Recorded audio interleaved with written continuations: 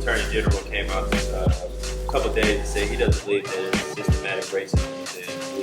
White people say I'm not racist. I got black friends. You know what I mean? But when I go look at your Facebook, you just with all white people, you just hanging out with all. No, I mean you're racist, but you're not doing anything to kind of pop that little bubble. I think a lot of questions that people ask like, it's laws, right?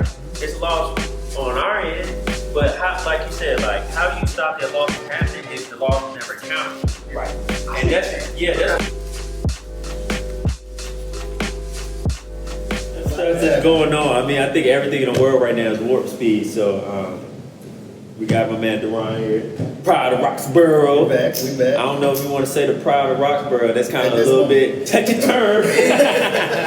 But today, man, we got somebody here that is also a friend of mine from back home. But again, was one hell of a football player, but now he's doing something else. So Appreciate JR, or how would you want to be addressed now? Just JR, man. Everybody Okay. JR. That's cool. That's cool. You know, I man. know I got my tags. Everybody go by Leroy, but yeah, I saw his name was Leroy. Yeah, you know what I thought of? What's that? The Bruce Lee. What's the dragon?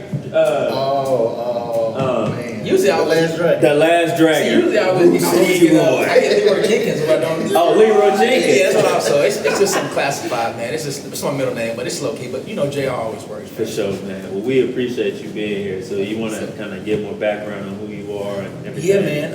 So my name is JR Sharp. That's normally what I go by from Chapel Hill. Born and raised in Chapel Hill, man. So I'm local to the area. Been in Durham since 2006. Okay. Went to North Carolina Central University, as Marshall said, and we played ball against each other all the time. He took his talents to Wake Forest. I stayed local in Durham. But I had a good time, man. I enjoyed it. Historically Black College University. It was the first time coming from a predominantly white high school, coming back over to HBCU. So it was a good experience to be really embellished in that black community. So it was nice, man. I enjoyed it. I've been there ever since. And I graduated in 2010, got out and got immediately into law enforcement. Okay. I've been doing that for about 9.5, close to 10 years now, man. So we just rocking. What was the reason jumping into law enforcement? Well, man, you know, I was one of those guys, man. Like I knew what I wanted to do going in to college, man. It wasn't one of those things, you know. You always know you go to college and everybody like, I'm not here to go to school. I'm here to play football. Yeah. But I was, I switched it up though. Right. So I was one of those guys that was like, I kind of knew going in. Well, there was this program that I was in high school called AVIT. It stands for Advanced Individual Termination. Really good stuff as far as college prep. So I kind of knew going in what I wanted to do. We had a school resource officer named Rex Gibson who was retired from Chapel Hill PD, and got real close to him and loved what he do, loved the work he was doing in the community. And I figured that, hey, that's what would be my plan B. If I didn't make it to the big leagues, I got to have a plan B. Gotcha. So that's kind of worked out. Went to North Carolina Central.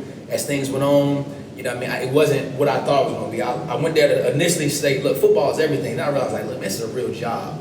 I decided to take my talents and go pro in something else, man. So that's how I got here. Yeah, and this, you know, I always look at it as, especially as a black man going to law enforcement, which is a little caveat to that, it's kind of something extra. You know, there's unique perspectives and unique reasons why somebody would want to go in that industry, because you are put in the line of danger. Right. So, you know, what was your altruistic meaning or altruistic reason about why you wanted to do it? Or was there one, or you just like, man, hey, I like being a member of the community? Well, I think you ask every cop this question, and the most common one you get is, I want to help people. That's the common thing. I want to help people. You know, right. Sometimes we get people say, I want to shoot guns and drive fast. I mean, you get people that are just adrenaline junkies.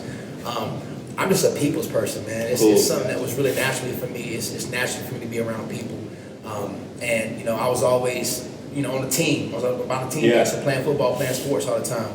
You know, being a team captain in high school and then being a team captain on my college football team at North Carolina Central, things just kind of transferred. It was easy. That team camaraderie, that team building, that working towards a goal.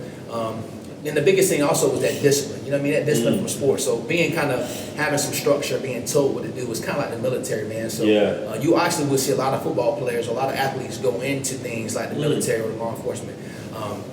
But that was one of the biggest things, man. It's just, I grew up in Chapel Hill. You know, most people, you know, Chapel Hill, small town, you know, college town. But, you know, my mom, you know, growing up, my mom was struck out on drugs. You know, my dad kind of raised us for a lot of part of my life because my mom was kind of doing her thing on the outside until she was able to get some help.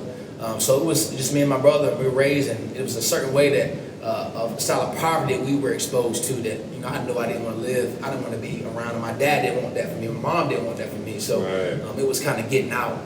I still call it getting out, even though it was shot with a Durham. I still call it getting out to make it better. Boy, getting out to Durham, that's crazy. Getting out of I'm about to say, usually we're trying to get out the other way. Right. I feel that, but man, no, we are.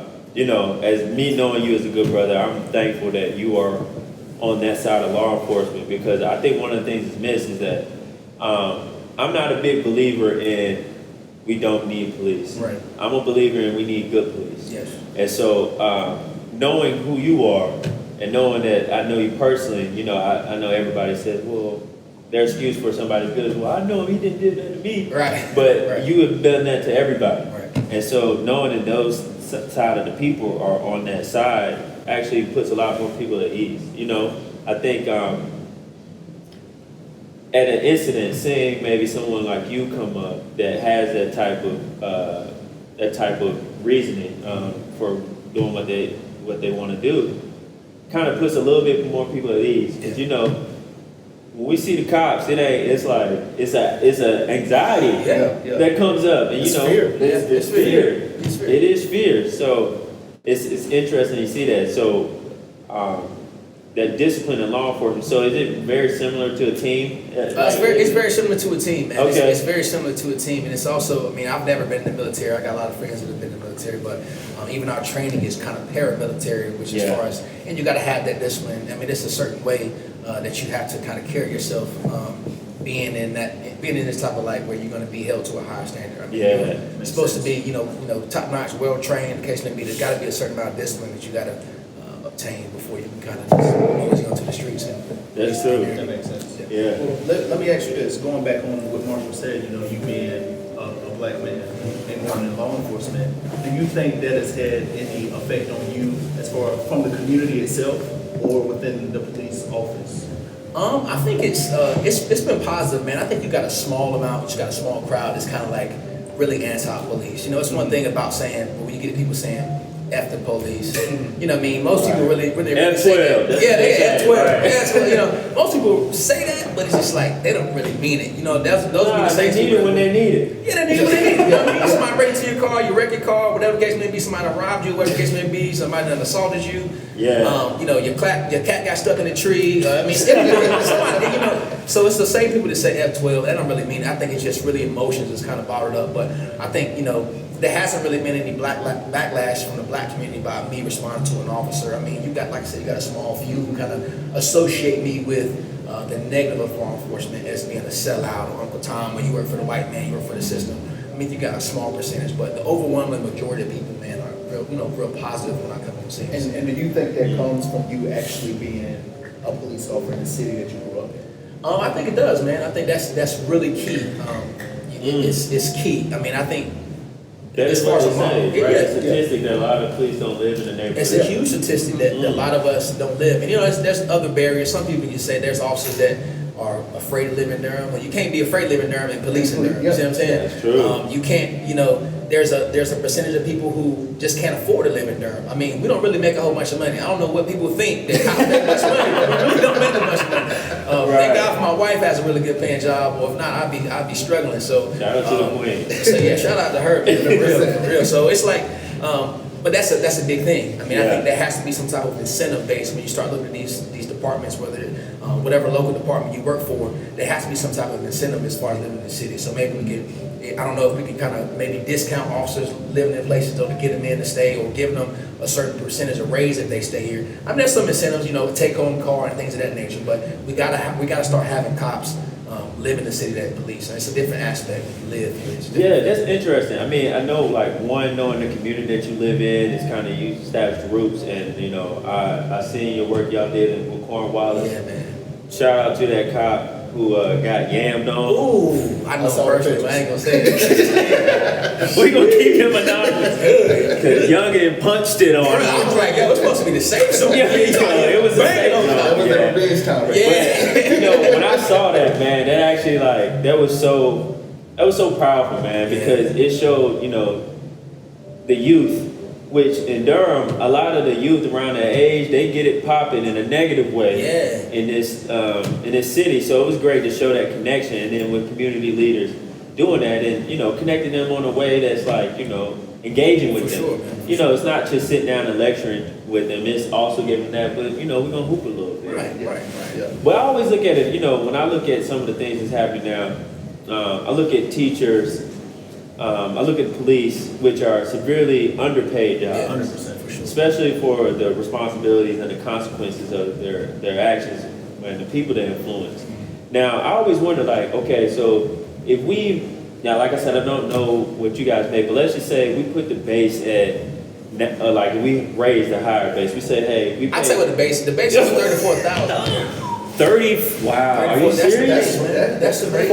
To protect To people? protect the city. That's the base. That's the start. I mean, you eventually grow as you excel, and you know what I'm saying. You get but 34K. That's it, bro. To put on a vest and a badge and go out here and put your life online. That's it. Do you think that I turn my head for 30. Now, some stuff happening, I'll be like, bro, this was my shit. I'm out. Going back in the office. Yeah. do you think that has a negative aspect on who comes into the police force? 100%.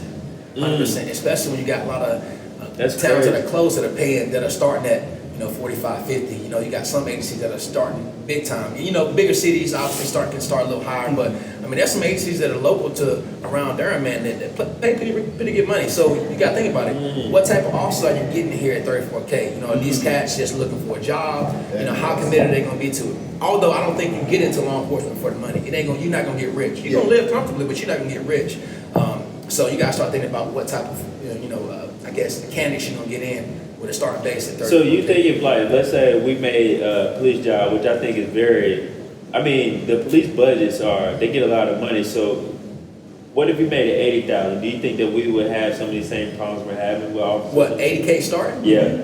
Oh, I mean, I wouldn't even ask for that much, bro. I mean, 45 would be pretty good. I mean, But I think that you guys' responsibilities warrant for Yeah, it does. I worked in sales, right? I was doing half the stuff and was getting paid a base higher than that, and I'm not affecting anybody, right? But this is what I look at it as: the consequences of bad actions by police and citizens have led to a global protest. Right. So I can do something bad within, I was a former sales rep, I can do something bad within my atmosphere and I'm just fired or whatever, or the officer's fired.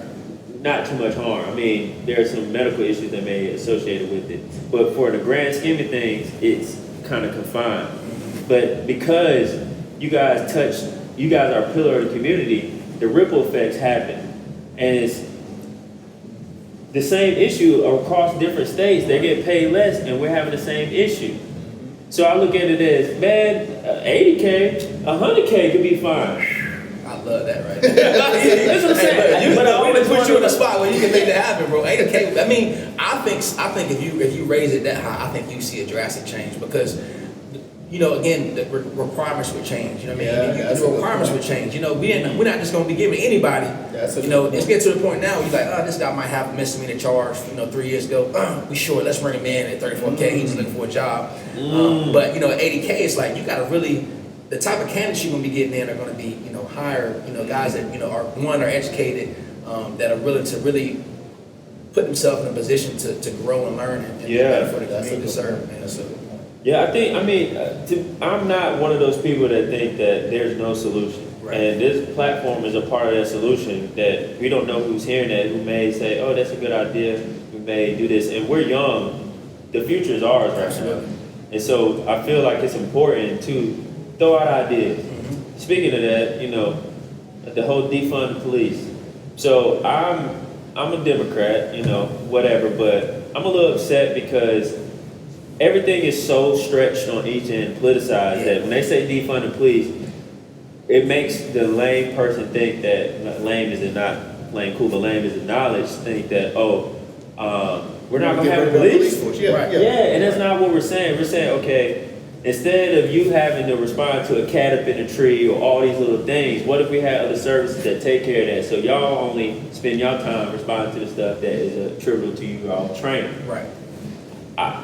What do you think about that? Yeah, what is the ways link with the police on that? I mean, you got to look at. I try to break things down, man. Like, look at the term defund. It doesn't mean, It's it's just totally different. It means to stop funding, is what it means. So, when I hear it defunding, it means to stop funding. Yeah, it sounds I mean, it doesn't mean, you know, if you said something like let's reallocate funding, Yeah, that's a reallocate perfect That's the example. term. Yeah. but again, it's just a play on words, really. You know what I mean? I know what the roots of it means Yeah. because I've looked at, you know, I've talked to a lot of people that support it, and you know, I think if you change a lot of the wording to it to make, you know, or you have these conversations, Yeah. I think more people will agree. I agree. I would love to not have to respond to some of these petty calls. Man. I'm just like, why am I going to this? You know what I mean? Yeah. So there's a way we could do that, but I think it's going to come down to reallocating that funding, taking that funding away. You know, and think about where you're going to take that funding from. Are you going to take it away from equipment? Are you going to take it away from training? Are you going to take it away from salary? Where are you pulling that money from to resource other people? I think that's very key. So you can't just make a general statement as far as defund the police and not kind of back it with some type of plan. Yeah. Well, let me ask you this. What do you think would be the best source to reallocate that money?